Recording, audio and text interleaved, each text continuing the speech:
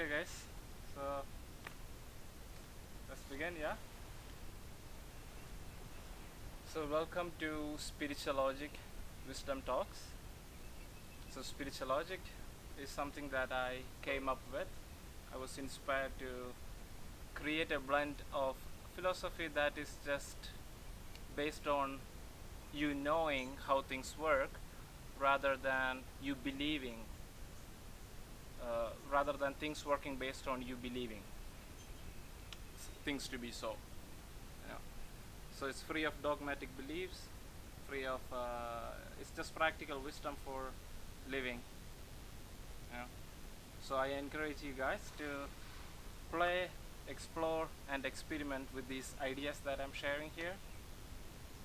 You know, and for this time period, for this 1 hour that we are here, I would also encourage you guys to adopt a beginner's mindset, like how if we want to try a new set of glasses, we want to be able to let go the old set of glasses for at least for a short period of time, to just try on the new set, to have an experience of, oh, I like this, I like what I see with it, yeah, to make that assessment. Yeah. And also there is a particular way I encourage you guys to listen, and that would be with the intention to change, with the intention to transform, rather than with the intention to get it. Because most of the times when we are listening, we are trying to get stuff, unlike when we are listening to music, for example. That's kind of a very allowing sort of energy.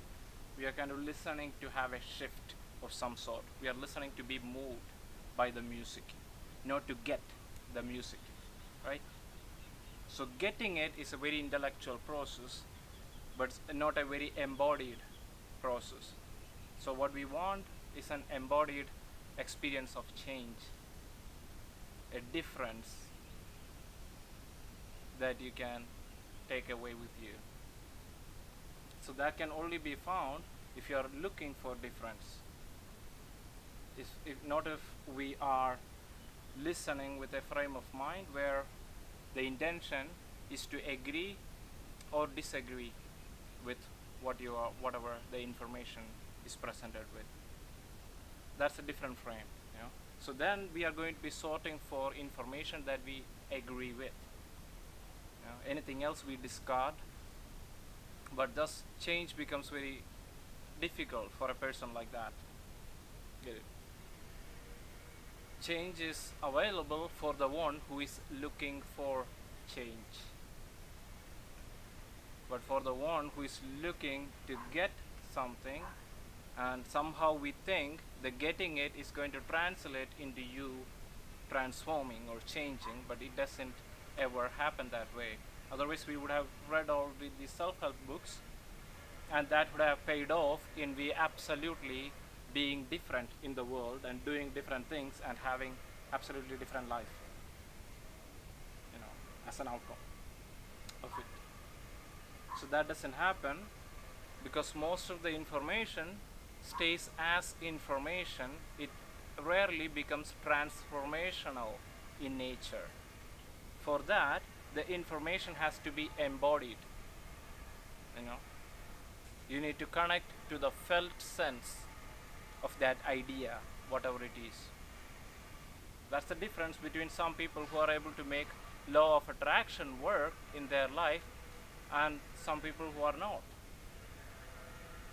Because those people, they are more in touch with the felt sense, the embodied experience of the idea, rather than just simply saying it like an affirmation, so to speak. See?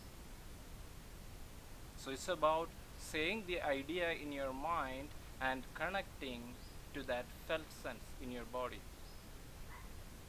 And every thought, every idea you can have in your mind has a corresponding felt sense. However subtle it is, however strong it is. It's about you developing that acuity to be able to notice it, even if it is subtle ones. And once you can notice and let your attention rest in those sensations, now that feeling can grow and become a feeling of absolute certainty. That's how you make ideas come alive. That's how you do magic, you know. That's how you do magic. Like, you make ideas, you make it come true, you know. That's a power. That's a power to be had. Not so many have it. There's only some ideas that you're ready to believe, you know. There's an idea like, okay, I'm so and so, but then there is some other far-reaching idea, and then you're like, oh no, I don't think that's true. You know, so there is power in being able to live, breathe life into an idea and make it feel like an absolute certainty. See, the trick is connecting to that felt sense, however small it is, you know. Might be so small. You can say, I'm the most beautiful in the whole world. Even that has a corresponding felt sense. It be so small, you know. But it's about you being able to say it enough times and notice where is it your attention getting drawn to as you say it, you know. Is there a movement? Is your attention being drawn to someplace else? Or are you feeling somewhere a more tangible sensation than somewhere else in that moment? So that's how you get a sense of it.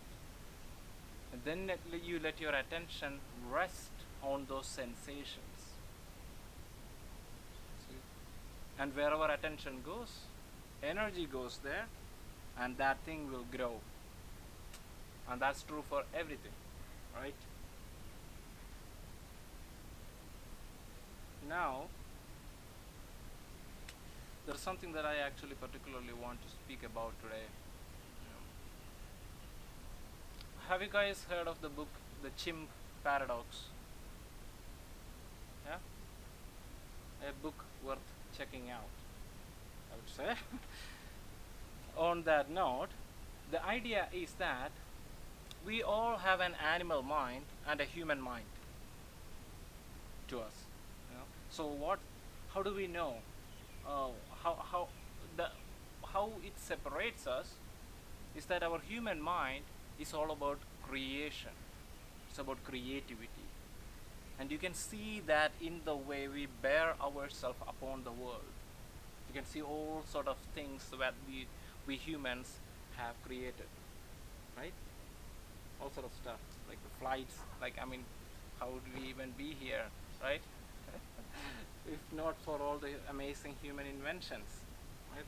It's getting recorded right here. You see the magic of human creativity again, right? So all sort of things that we can create with our creative mind. Now that's what we have as humans that really makes us stand apart from the rest. See, the animals, they just simply respond to the environment and they just live. They're living their life through their drives. So their drives decide what they do at any given moment. You know, there's a variety of responses, you know, that they could feel driven by, and that's what they're going to be doing. It's very simple. There is no conflict within an animal's mind. Because there's no conflict within drives. You know, you're hungry, you just know, you know, just need to eat. It's very simple. Feel horny, you know what to do, you know, just like it's very simple procedures. Right? It's very simple when it comes to drives.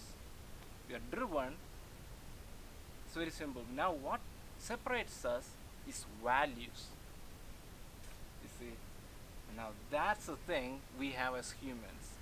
Like, we have values, like, what do you really value? What's really important to you? And it's like freedom. Like, you see, an animal doesn't have that kind of concepts, you know, in its mind. just moves towards pleasure, just moves away from pain. Yeah. The basic idea is survival. And that's what our animal mind also does. So we have to understand that there is a chimpanzee that we have. Apart from we being human, there is a chimpanzee that we have. Now it's very important, the chimpanzee is at least 5 times more stronger than us. So we cannot really, through real brute strength, take over the chimpanzee. The chimpanzee is always stronger. Yeah? Always you're gonna lose that game. So you just have to use your smarts. So that's what we as humans have. We are smart. We just can use our creative mind to learn how does things work, what ticks him off.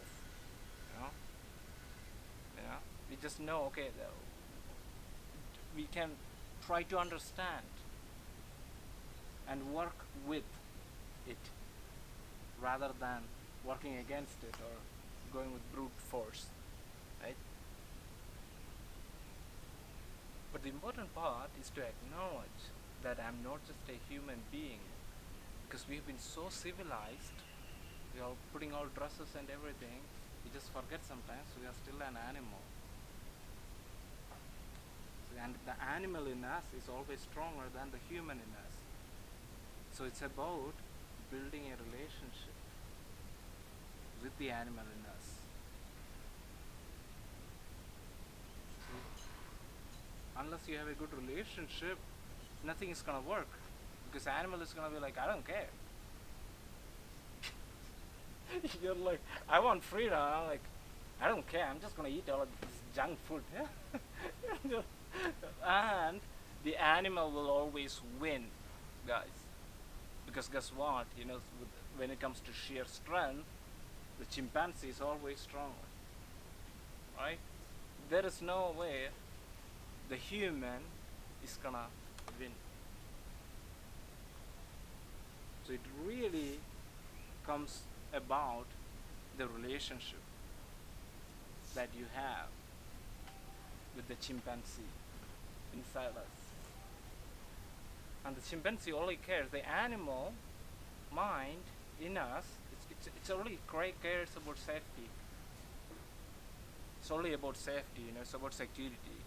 So the most of the times, it's going to be, as if you're unsure of what's going to happen in a particular situation, the animal is always going to be like, you know what, don't do it.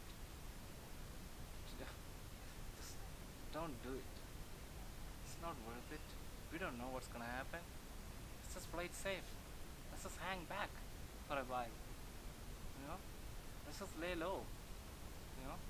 But you're like, no, but I wanna get that stuff, I want that freedom that comes, but no, but another time, we just, not now. Now it's just too much. It's just too complex. It's just too complex right now. The situation is just too much for me to step up and just do all of this stuff. I'm barely holding on as it is. So the element is always going to be about, let's just avoid the situation. So that's how you know. It's about you being able to see this, the parts in your life where you are avoiding stuff, and that's avoiding comes from fear, because there are 6 ways fear behaves in our life. There are 6 behaviors for fear. One is fighting. So ask yourself, where am I fighting in my life? And then you know where fear has a grip. Where am I fighting in my life? Maybe in relationship, maybe in somewhere else, maybe with family. So just look within, be honest, and ask yourself, where am I fighting? And where am I fleeing? There are some situations you're just kind of serially fleeing from it as soon as it shows up. It's a very immediate thing. It's kind of run away from it whenever that situation presents. So that's how you know, okay, now that's where I have fear. Because if you just simply let your creative mind just make up story, it can make up all sort of stories of why you shouldn't be doing it, why it should be avoided, you know? Because that's what your creative mind is really good at. It can create a lot of stories and make you feel like whatever action you took is very well justified. It's just you know, it's just the right thing to do. You know? Absolutely, just the right thing to do. It's not about anything else. So once you see these behaviors showing up in your life, situations where you're fighting, where you're avoiding, you're just going into frozen mode. Maybe that's when someone is criticizing you, and you just immediately go into a freeze mode. You know the stuff inside, and in the moment there's a kind of like a stuckness. You know, it takes a little bit of a moment for you to again orient yourself. And other ways are just hiding. You know, what are the areas in which I'm just hiding from? Maybe it's just hiding away from taking responsibilities, hiding away from commitment. You know, maybe from people who are important to you, hiding from them something important about you and stuff like that. Or else just plain submit. That also comes from fear. You know, it's just easy to submit than to fight. You know, fighting takes a little bit more energy. Submitting is kind of more easier. Just kind of give up. So that's when you say, I'm just not good at it. You know, I'm just not good at it. I can't do it. It's not for me. I'm not that kind of person. The question is, how can you be that kind of person? What is it that I can do in my power to do something about it, to make a difference? I cannot make it work. You know, what is it that I can do to make it work? Because clearly there are people in the world who are making it work somehow. So what magical things allows them to make it work, right? It's easy to just be like giving up. Like, oh no, it just doesn't work. Relationship, same thing. Oh, just the relationship doesn't work. It's not a thing to just stop working. It's not like, what is it, a toy or something to stop working? No, it's a co-creation. Two parties are in there. You are all both engaging in it, in making choices within it, and that's creating certain results within the relationship. Either results that you love or results that you hate, right? So it's not just like relationship doesn't work. So that doesn't give you any room for reflection. That's the problem. You want to be able to reflect. Now that's an aspect of your higher mind, your creative mind, your human mind. It's able to reflect on stuff. Now the animals, they are not able to do this kind of stuff. They're not able to reflect. They just respond. You know, they just react. But we are able to reflect, and from that reflection we are able to take in understandings that would enable us to create difference in the world, to create different things, right? So we are able to do a lot of stuff with our mind, more than what an animal can do. Now the thing with the fear is that when animals respond to fear, they are not responding to fear, they are responding to threat. You know? When an animal is responding to threat in the environment, it's an in the moment thing. The animal doesn't sit and just cook up some idea in the head about the future going wrong and just get all threatened and get the fear, all alarmed, get into fight or flight. This doesn't happen for the animal. You know? Just simply respond to in the moment stimulus. There's something in the situation and you hear that sound, the animal is just responding. See? Now, we do respond that way. We do respond the same way just as an animal does. But the difference is we can create a lot of fear with our creative mind. See? And then spook the chimpanzee. Now the animal is having all this, getting all alarmed because you are creating a lot of stuff with your imagination. Just you are utilizing your imagination in a particular way, you are creating a lot of threat through your engagement with your mind. And now the chimpanzee is all alarmed, like, oh my god, I think there is something wrong. Now you cannot, because you did it, you just spooked it. It's like when you are riding the elephant, if the elephant is spooked, that's the point that all sort of influence you have over the elephant is just over. Because elephant is gonna just go on its own accord from that moment onwards. You know, you don't really have the so-called power and influence you have over the elephant is only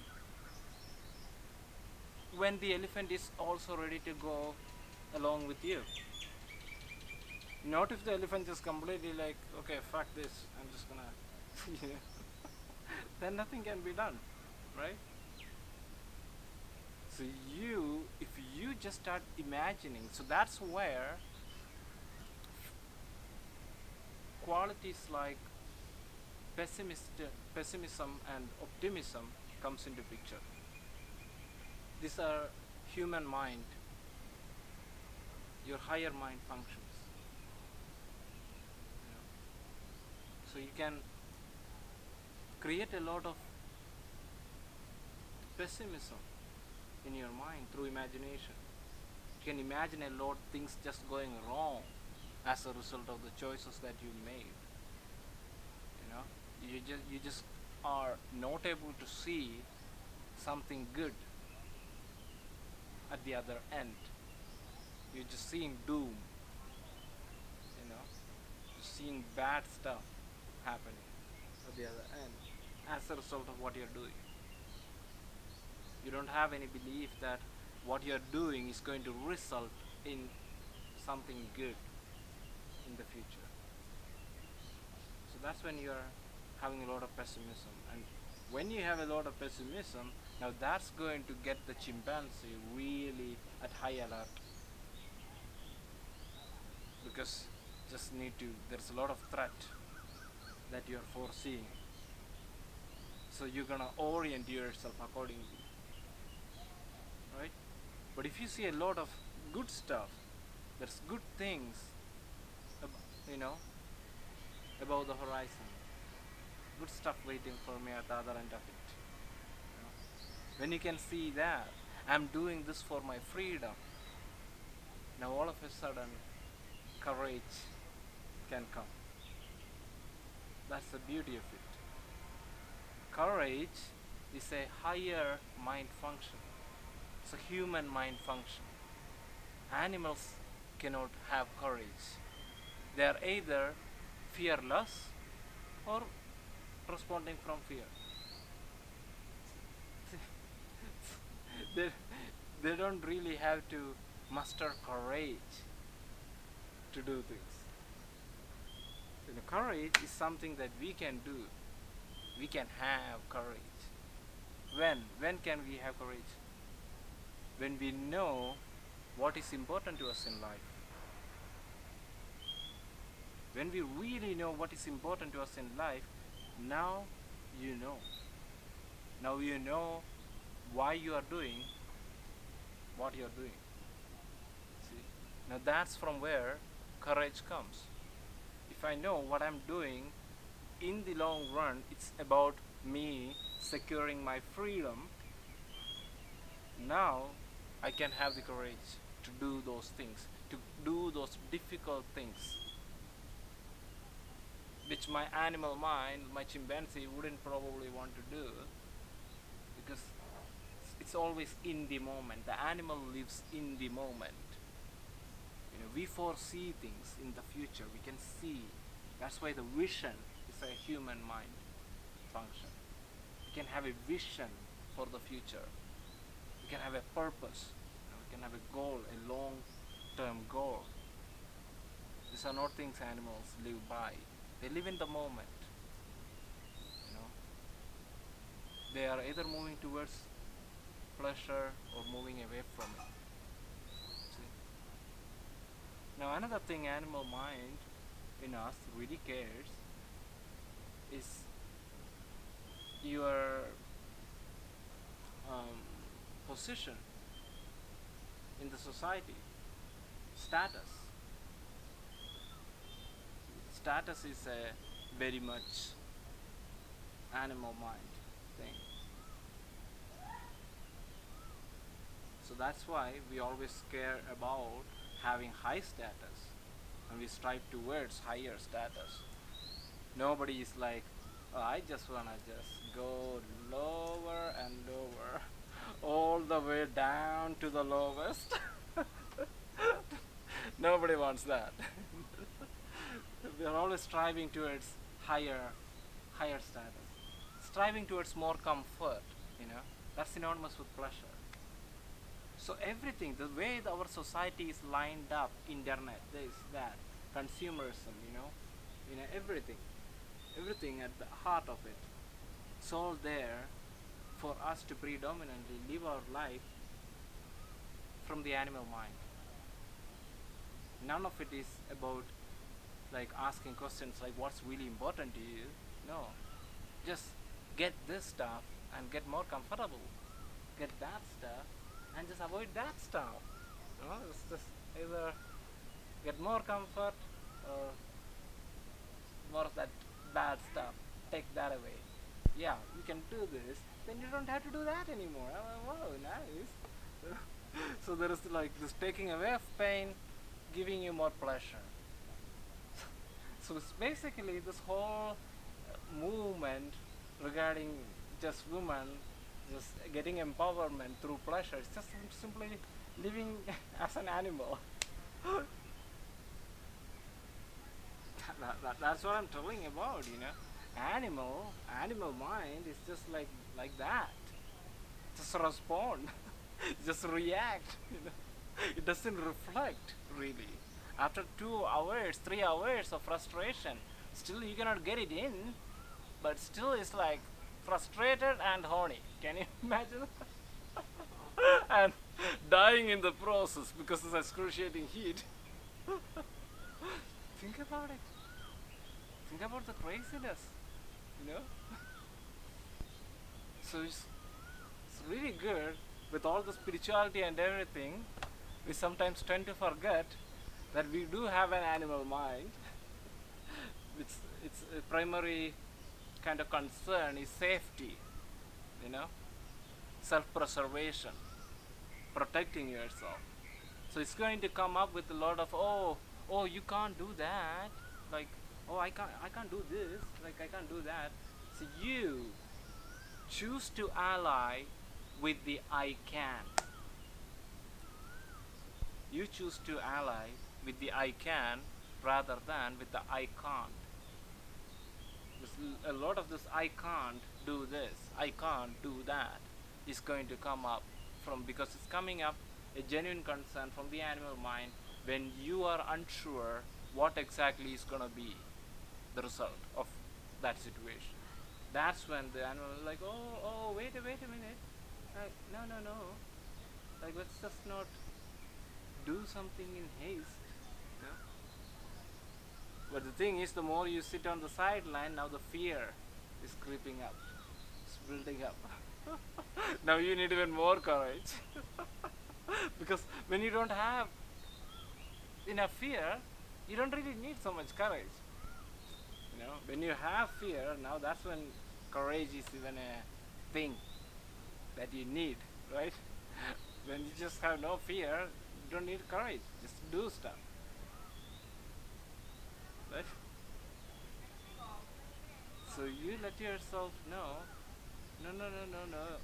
Like, I can't. How do I know I can't? Do I have any proof that I can't do this? Have I really tried it? How many times have I really tried it before I have concluded that I can't do it? You ask questions. Don't just simply like, oh, I can't do this, I can't do that. And that's how exactly you've been hiding away from so many opportunities that just presented, and you just kind of just run away from it.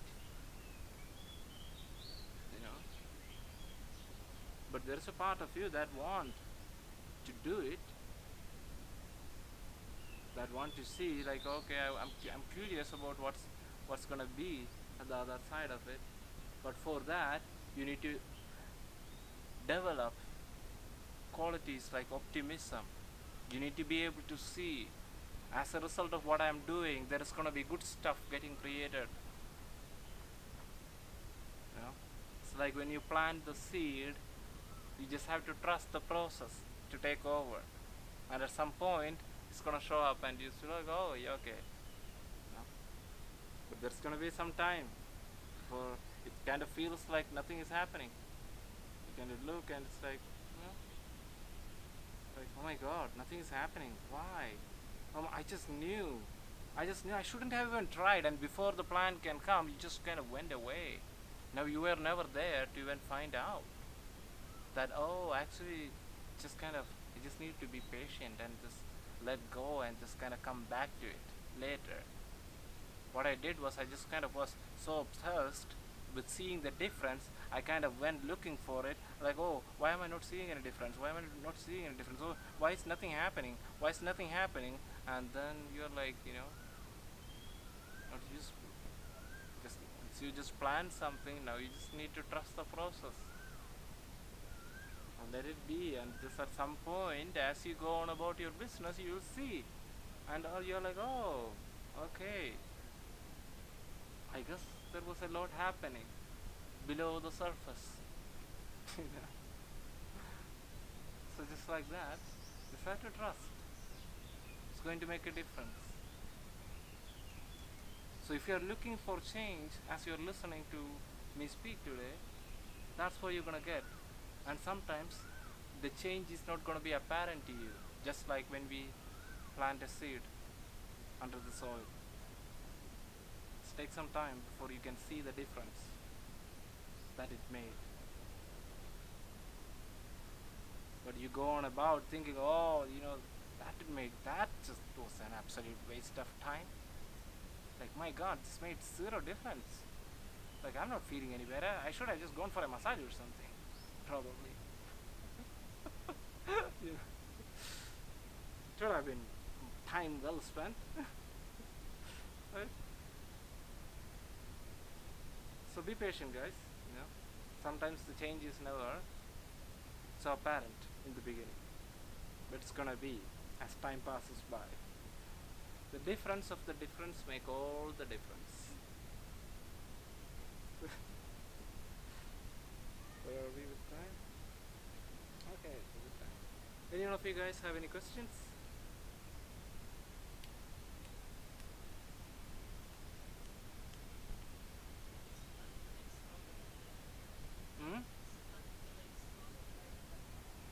The gut feelings, yeah. So the way I look at that is usually the survival instincts kicking in. I don't really call it gut feelings. I usually use that for more of decision making. regarding bigger stuff.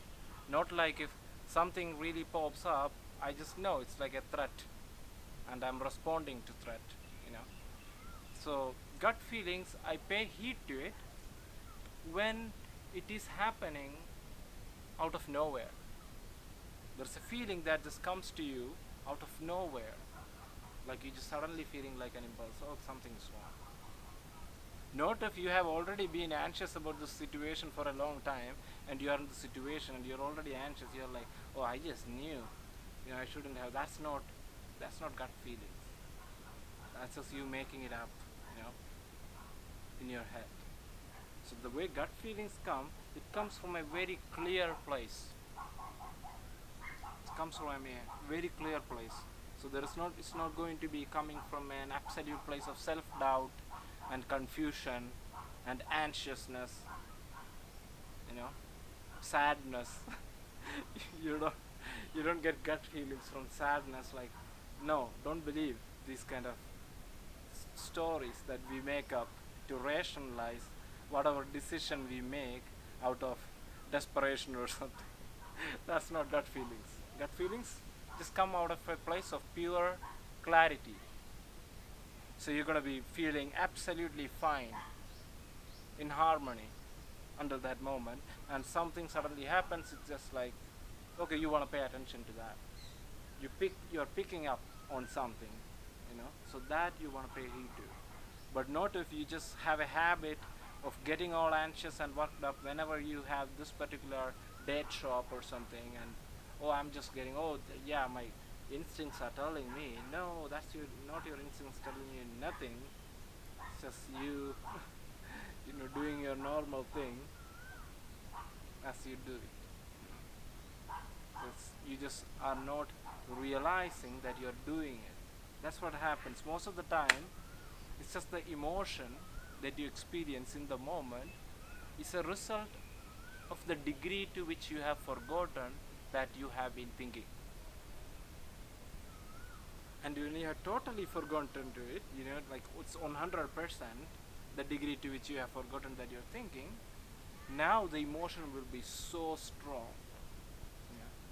When you are kind of like halfway through, you're still kind of aware of the fact that you're thinking it, then the effect is going to be halfway through still.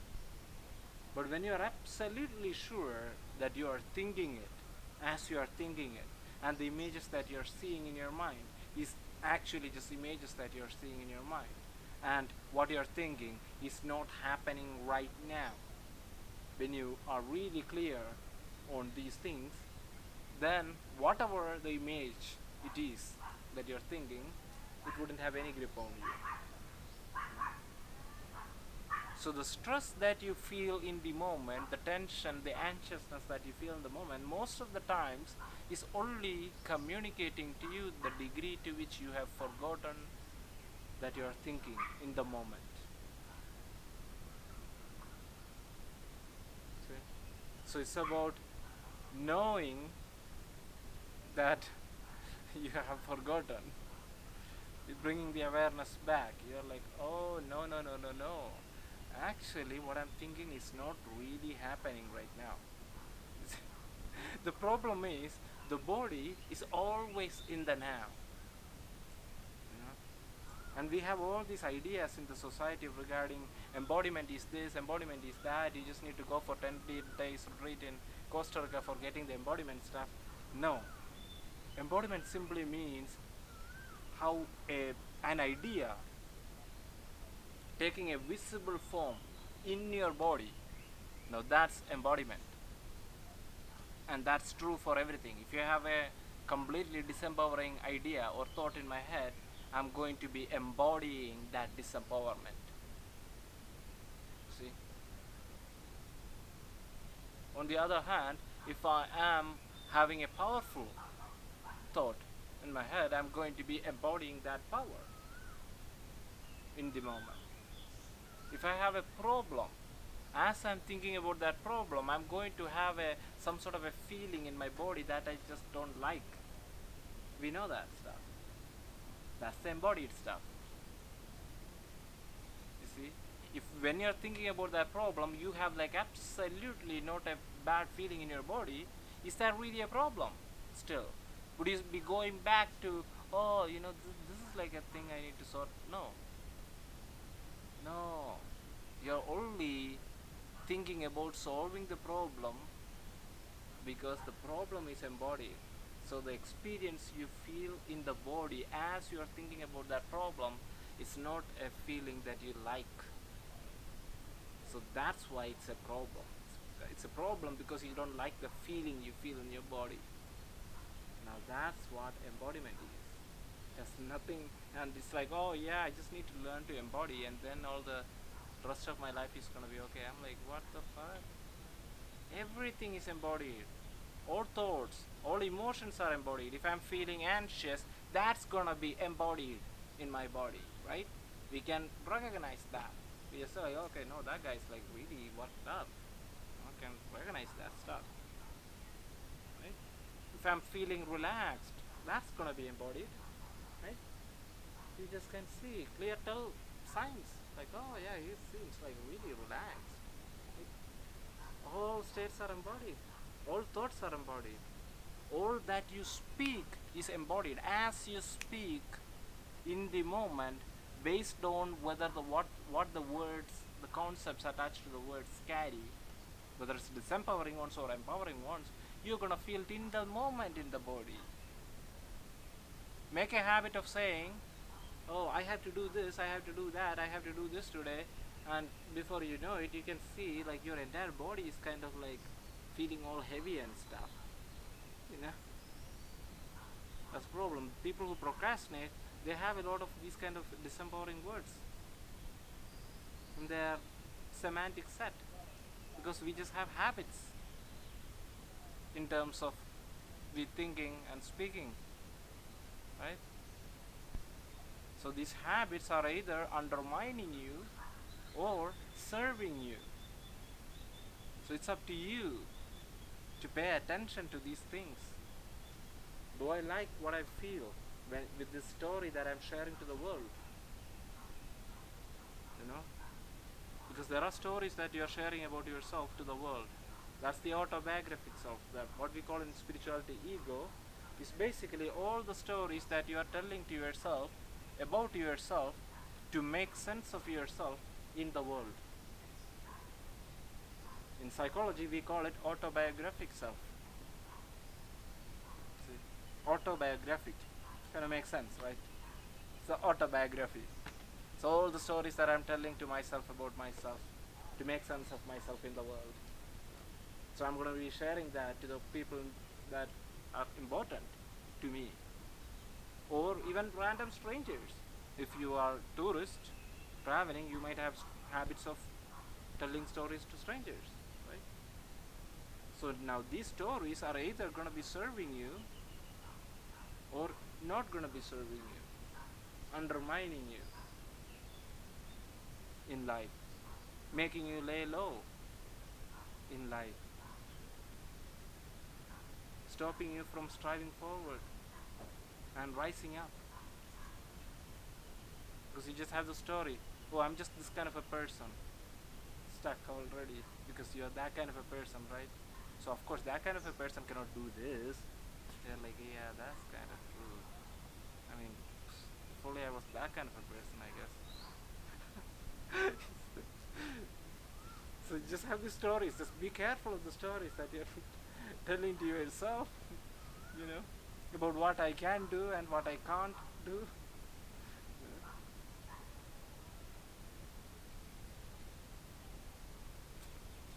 Make a diary or something and have a habit of noticing the stories that you tell to people, because it's a story to them anyways.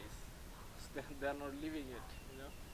It's a story to them. So just make sure the story that you're telling is creating something in you. So whatever it's creating is either going to be helpful, useful to you, either going to allow you to show up in life at your best, or going to be taking you away from your best, taking you away from your power, rather than allowing you to step into your power. I can have a bad story. I can have like, okay, all this stuff happened in my life, but you know what? I choose to live in my power. Regardless of all these things happen, I choose to live in my power, and I can handle it, and I will handle it, and that's the way I choose to live life. So I can create a powerful story even after telling a bunch of bad stuff that happened to me. I don't have to choose to ally with, oh, all of these things happened to me, so now I can't. Now I'm forever doomed. This is all the things now that I can, because all those things I can't, because all these things happened to me and I'm a wounded soul and I need healing. You don't need healing, guys. Just the word wound itself, you know, the word came out of blunt, the word trauma, you have to understand the word trauma came out of the idea like blunt trauma. Like we use this word like when someone get hit in the head and stuff, like, or in the body, blunt trauma. Like the word means wound. And like psychological trauma, that's not a real thing. You just have to understand. There is brain's adaptability. Brain adapts because something happened and it makes adaptations to now inform itself to make sure that kind of situation doesn't happen. Now we call in that for that into society right now PTSD, but it's not freaking PTSD. It just simply shows your brain is still very adaptive.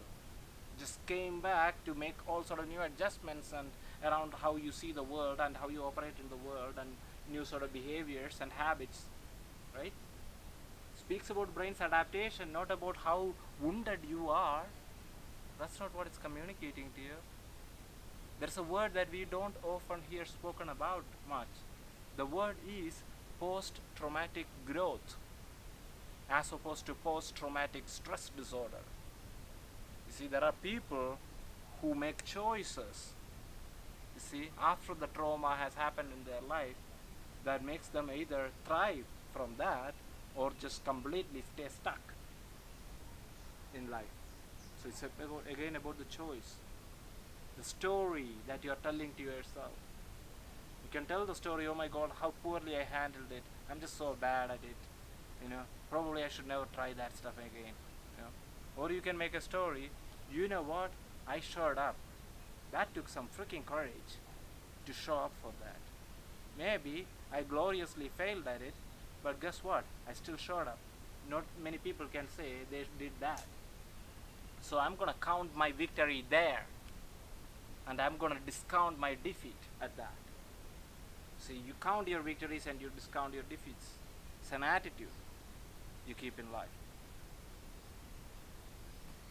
Yeah, guys, where are we? Anyone question, guys? We have like 6 minutes, but I'm gonna keep it intact in time. Yeah, 6-7 minutes. Go on.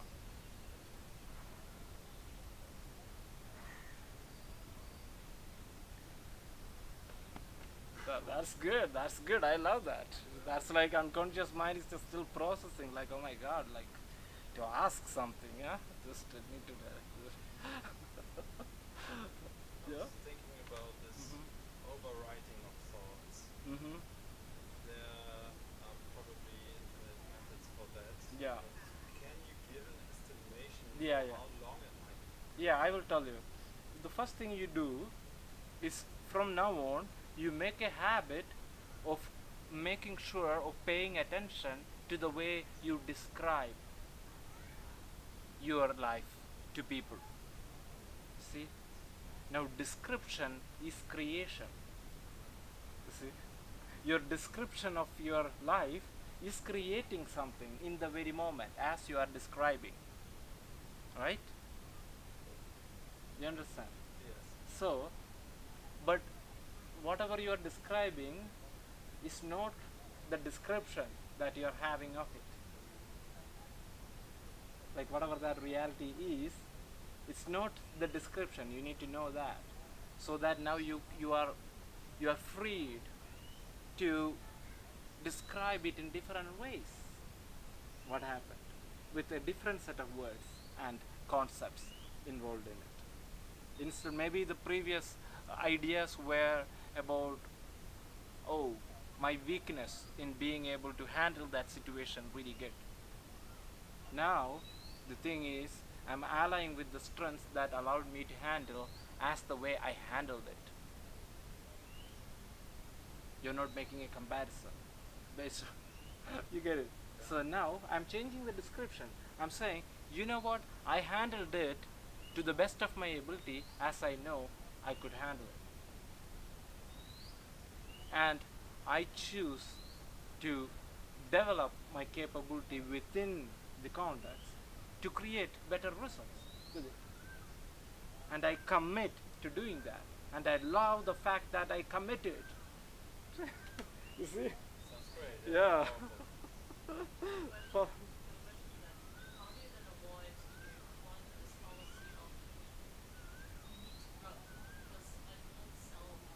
Yeah. Okay, okay. Mm.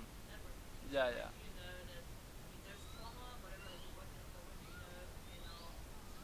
Okay. Okay, that for that you need to accept that who you are, you don't really know. Yeah. Because when you think you know who you are, then you are measuring, okay, how much I grow. Right? You have to understand that what you really are is not made of words and concepts. See, you are made of real stuff. See? Not a bunch of words and concepts. Now that's in your head, but you go beyond that. Right? Who you totally are, what you totally are, goes beyond just a bunch of words and concepts. So knowing that, it's just whatever words and concepts come, you are just not that. That's not who you are. You don't have to define who you are, or you don't have to know who you are. It's not. That's the whole spirituality search is about knowing who you are, but it's never about that. It's about shifting the relationship that you have with the I that you are living with right now. Now that's a perspective shift. Now, shifting the relationship, because what you cannot be with will not let you be. So if you cannot live, if you don't love the I that you are, the concepts through which you make sense of the I is just not good. It's just not wholesome. Doesn't feel very good in the body. The embodied experience, as you say I, doesn't feel good. You're gonna always go on a pipe dream search for finding the true self, because you wanna escape. You wanna have the hope. Oh, there is some true I somewhere that's gonna be better I than this I, and that day I'm gonna be finally happy. Yeah. Yeah. Yeah, yeah, yeah. Mm. Yeah, yeah. Just being, and then again it becomes like we cannot diminish the importance of one over the other. Being is important as much as doing is important, because doing emerges from being, and as a result of all the things that you are doing, you have something. You see, so now being, doing, and having essentially becomes the same creative energy manifesting in different forms. It's the energy of renewal: being, doing, having, then again being, doing, having, being, doing, having. But people usually get stuck in the having part. They get some things as a result of all they have done, and now they get identified with all that they have, and they don't know who they are if they let go of all of that. So they kind of become a hoarder and hoard all these stuff that they have, and speak, oh, this is who I am, that's who I am. No, who you are cannot be made of words and concepts. That's not who you are. Whatever bunch of words and concepts it is, however good it is, it's just still bunch of words and concepts. Just like a rock is a rock, no matter whether the rock realizes it's a rock or not. It doesn't depend on the fact whether the rock knows whether it's a rock or not. No, the identity is not in a crisis. Rock is a rock whether it knows it's a rock or not. Okay, good. I think we are in a good place. Yeah. Okay. Brother, yeah. Yeah, the chimp paradox. Chimp Paradox. Yeah. It speaks about this metaphor. It's a really good metaphor for you to look at when it comes to the way you operate in life. Because this fundamental idea of like, okay, ego is all there is to it, or you just get rid of the ego and then everything is rest. Oh, fear comes from the ego. If there is no ego, there is nothing to fear. Which self are you protecting? That doesn't exist. It's not how it is. You know? Because fear comes from your animal mind. There is a evolutionary drive to protect oneself. You know? It's not part of ego. You cannot put it all into simplistic terms like ego. It's just ego, and get rid of the ego. Ego solves the problem. Root of all problem is ego. Yeah. Okay. Okay, bro.